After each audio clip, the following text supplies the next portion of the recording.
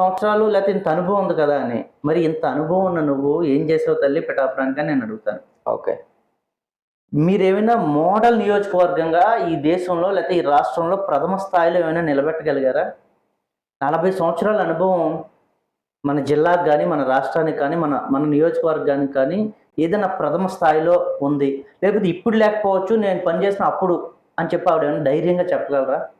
నేనేమంటానంటే వాళ్ళకున్న రాజకీయాన్ని మీరన్నట్టుగా ఆవిడకి మంచి పేరు ఉంది. మన జిల్లాకో మన నియోజకవర్గానికో మంచి పేరు తేలా. ఆవిడకి మంచి పేరు ఉంది. సో ఒక రాజకీయ నాయకుడికి మంచి పేరు ఎంత ఇంపార్టెంటో ఆ రాజకీయ నాయకుడు ఎక్కడ ఏ నియోజకవర్గంలో లేకపోతే ఏ కాన్స్టిట్యున్సీలో పనిచేస్తా ఉన్నారో ఆ నియోజకవర్గానికి మంచి పేరు వస్తే అది రాష్ట్రం దేశం చూస్తుంది, పెట్టుబడులు వచ్చే అవకాశం ఉంది. 40 సంవత్సరాలు ఉన్న ఇండస్ట్రీలో కూడా ప్రతి ఎమ్మెల్యే ఏం చేస్తారో అదే చేశారు, ప్రతి ఎంపీ ఏం చేస్తారో అదే చేశారు. ఇప్పుడు ఎంపీగా అయిన తర్వాత అది కూడా చేయలేదంటాను నేను. ఎందుకంటే ఇదే జగన్మోహన్ రెడ్డి నాకు 25 ఎంపీలు వస్తే మెడలు వంచుతాను అన్నాడు. మరి ఈవిడైతే ఎంపీగా గెలిచారుగా, చాలా మంది ఎంపీలుగా గెలిచారుగా. ఏమి మెడలు వంచి ఒక ఎంపీగా ఈ జిల్లాకు వేరే జిల్లాలతో పోల్చుకుంటే అధికంగా ఈవిడ ఎంపీగా ఏమైనా తెచ్చిందా?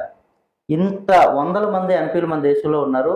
ఈవిడ నేను మోదీ మెదలు వంచి లేకపోతే మన జగన్ గారి దగ్గర నుండి ఇన్ని 100 కోట్లు 1000 కోట్లు ఏదైనా అడిషనల్గా ఏమైనా వెరైటీగా తెచ్చానని చెప్పారా? అందరూ ఏం చేశారో అదే చేశారు.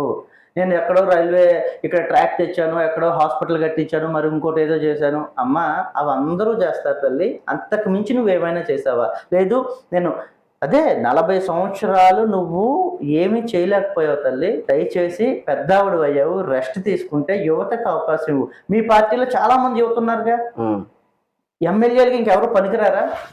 చాలా మంది ఉన్నారుగా.